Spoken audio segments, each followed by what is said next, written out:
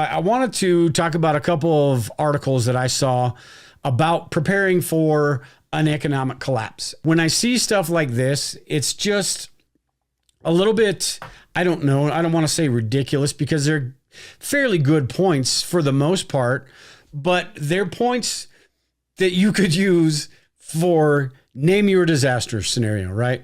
Whatever different type of situation you're talking about, you could talk about these exact same 5 points, and this is how you prepare for this. This is how you survive that. This is how you survive that.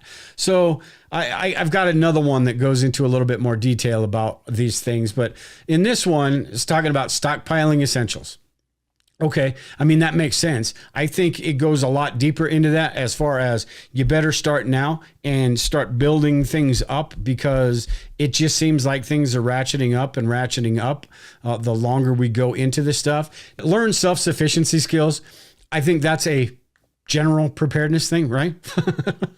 I mean, learn how to be self-sufficient. That in itself is preparedness. Learn to live without help from the outside, without outside resources, without having to depend on somebody else. That is preparedness. Now, we can't be 100% self-sustainable, self-sufficient. There's very few people that probably can. Even like, I'm sure a lot of you watch Doug and Stacy. Even them, as much as they do on their own, they are not 100% self-sufficient. They do as much as they can, but they are not 100% self-sufficient. Now, there are probably a couple guys living out in the wilderness of Oregon or somewhere that completely live off the grid, haven't talked to society in years. Maybe there's a couple of those people, but for the most part, that's not us. And we can't be 100% self-sufficient, nor do most of us want to be 100% self-sufficient. So at any rate, that one is sort of a blanket sort of statement to me. Build a community is another one that is just a blanket preparedness statement. But actually, this is a good point for when you're talking about an economic collapse, when you're talking about economic turndown, because you are going to need people to help you out. It could be a bartering situation. It could be you bartering your skills. So the more people you know, the more connections you've made, the more people are going to say, hey, I need this done.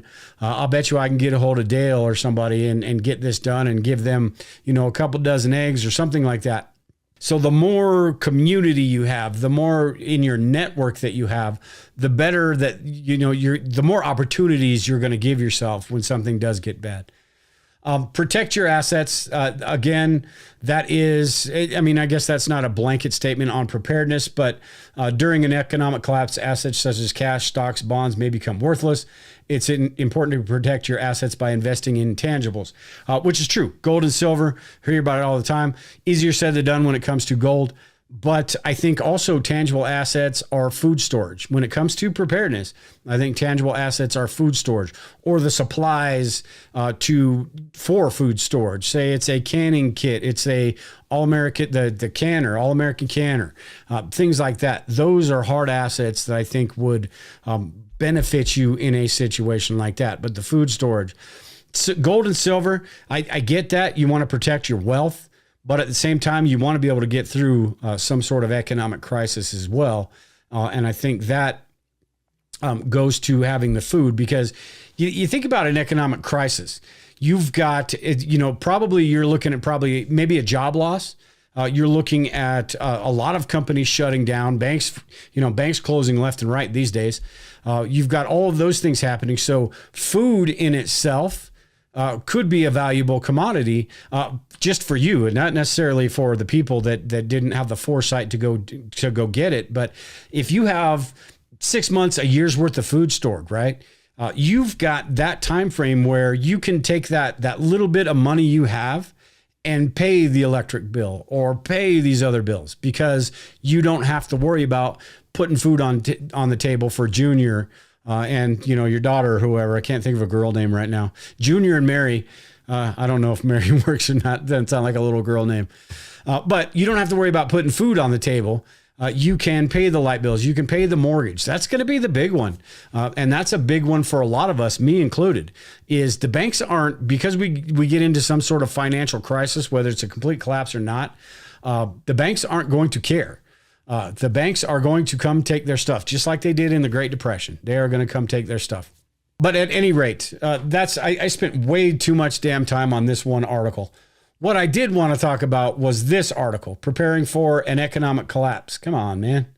Man, I sound like Joe Biden. Come on, man. If Armageddon... Oh, this one. True international effort to pressure. That's usually what I sound like right there. An economic collapse. Let me pull this on full screen here. The mainstream media propagandists continue to push the lie of a robust recovery, like they do all the time. Hey, everything's fine. Don't believe your eyes. The fact is, we're in some serious fiscal trouble. Economies around the world are crashing. Countries are drowning in record amounts of debt, and governments continue to pile on new debt like there's no tomorrow. And that is very true. We tend to look at this like a United States thing, but this is happening all over the place. I was watching a video the other day. I think her name is Survival Lily on YouTube. She is Austria or somewhere around that. And she was talking about the economy in Germany. And they've got massive inflation as well over there. So it's not just an American thing. This is happening all over the place. I don't want to go through what is an economic collapse because I think we all know what an economic collapse is. But they do talk about in this article, and I do have this link to in the description, about different times in history where collapses have happened. They talk about in Rome in 176 BC, they experienced a severe financial crisis that eventually led to massive inflation and debasement of the currency. The government's response to this crisis was to produce more coins with decreased silver content, which is sort of funny because just recently they've talked about decreasing the amount of copper in coins and everything. But this is two different situations because we just completely went away from basing our money on any sort of precious metal, the gold standard, things like that. So, I mean, we're so far past a situation like that it doesn't even matter. But the same sort of principles why Rome, their economy collapsed, the same sort of principles, the lack of responsibility, the willy-nilly spending, all those different things led to that. And another one, a significant one, was the Great Depression. We all know about the Great Depression, triggered by the stock market crash in 1929. Businesses failed, banks collapsed, and unemployment soared to unprecedented levels. Like I was just talking about, unemployment could become a huge factor. So investing in gold and silver is one thing, but investing in those things, that food storage and the things that might help you get through some of that stuff, and heck, that even includes weapons and ammunition. I mean, just to be quite frank. The next one here, in 97, the Asian financial crisis rocked Southeast Asia, causing widespread economic instability and social unrest, which is another thing to consider. You've got the crime rates that are probably going to start skyrocketing. You've got a lot of different things that could happen because of a financial collapse, financial crisis, whatever it is. You just can't boil it down to a few different bullet points how to survive something, because there are so many different variables to how something unfolds. So many different variables to what happens before the big one hits, whatever that big one may be. There's so many different variables that go on during that whole situation. And there's so many different variables after the situation and the recovery period. There's variables in as far as where your location is and what sorts of things are happening. So it's really just tough to say this is what you need to do here, this is what you need to do there, and this is what you need to do here. It's just impossible to even go that route. Next, he talks about in here, are we headed towards a collapse? And I thought this was interesting when he showed our debt here. I remember when I first got interested in preparedness and I started doing stuff online, we were at $17 trillion in debt. We're about to, the U.S. national debt surpasses $31 trillion, so 31.1. And Janet Yellen the other day, too, had talked about this magical $50 trillion number, right? And she was talking about it's completely sustainable to go over $50 trillion. And experts, what it says here about that is over the next 10 years, which is nothing, experts expected to balloon over $50 trillion. So there is no there's no stopping. There's no fiscal responsibility. There's no anything with all this stuff going on. It's status quo, and we're going to continue to do what we do. A couple of these points here. Household debt increased at the fastest pace in 15 years, partially due to huge increases in credit card usage and mortgage balances. A lot of younger people use credit cards for freaking everything.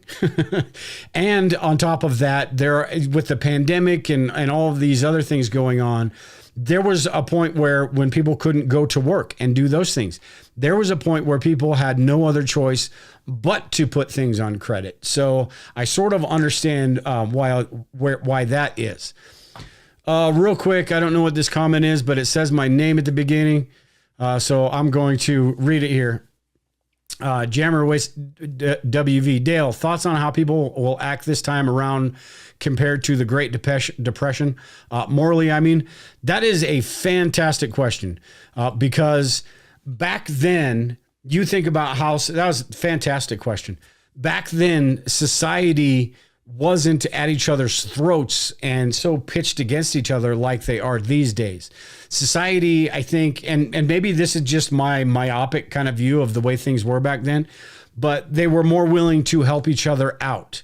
When the neighborhoods and families were more together than these days. Whereas these days, if you live in the suburbs, shoot, even out here where I live, I probably talked to, and I'm not super rural.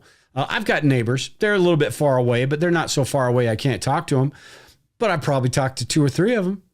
But back in the day, it probably was that. You had potlucks, you had things like that going on where people would actually help each other out. And I believe there were even situations like that where they would get together and make some sort of, I can't remember what it was called.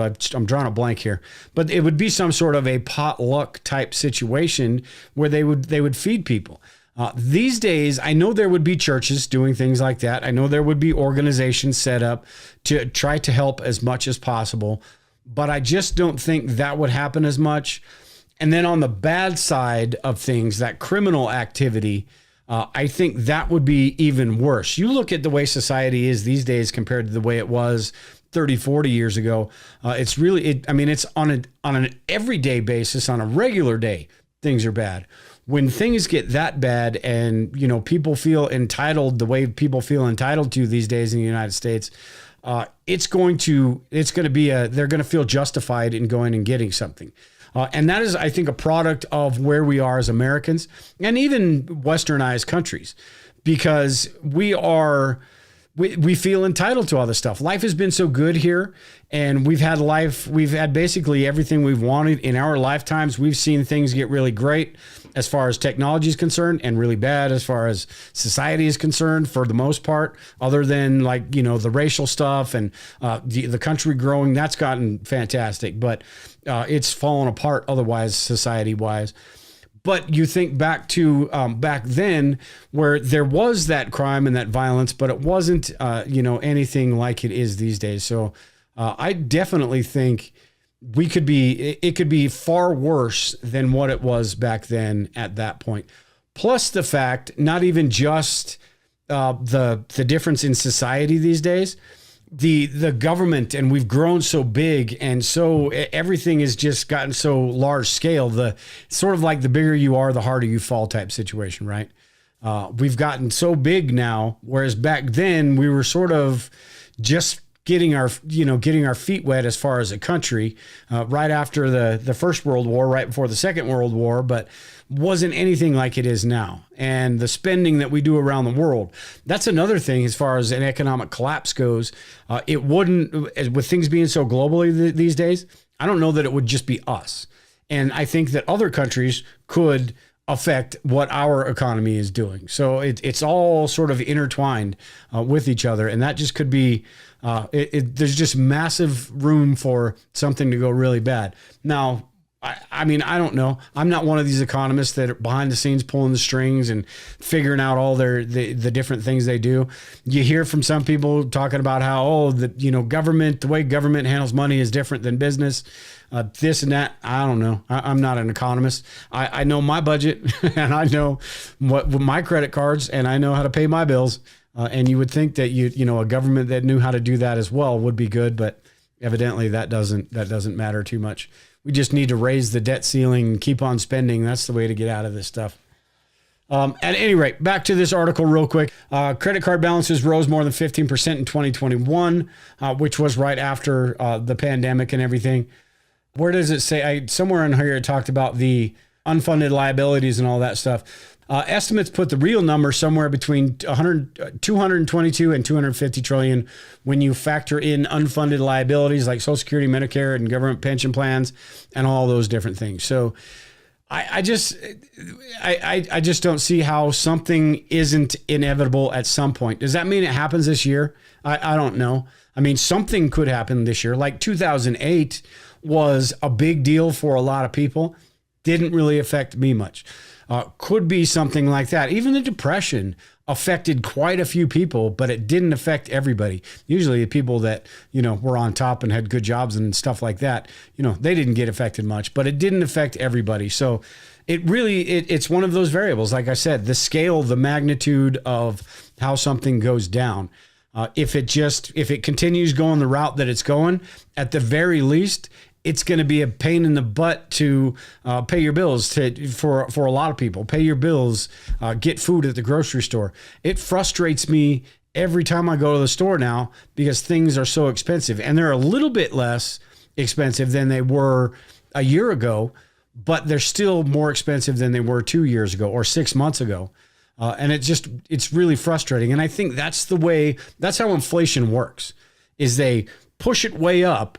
And then you sort of get mad about that, but you get used to it. And that way, when it goes down a little bit, like the CPI that just came out, went down a little bit. So we're headed in the right direction, right?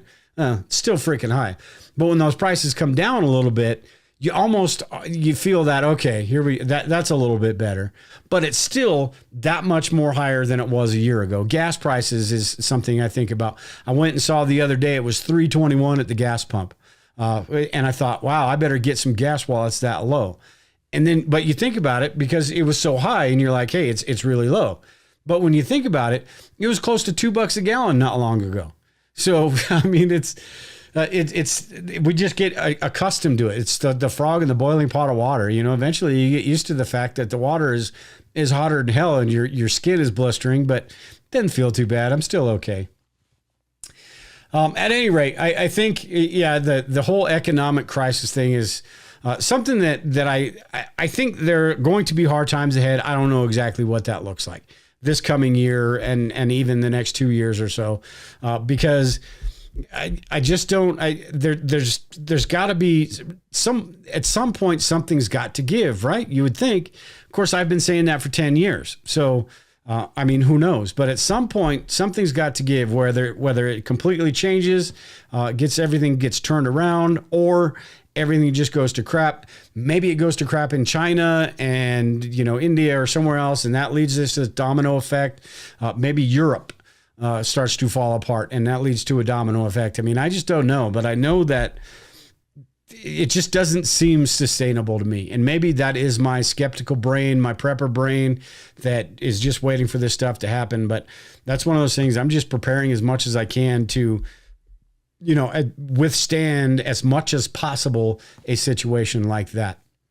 And if it does get bad, that's the one good thing about preparedness. We think about these disaster scenarios and they sort of overlap. If things do get bad and you've got the crime and violence and things like that, then by preparing for something like this and preparing generally, you're sort of got your bases covered a little bit for that as well. So just something that I'm concerned about.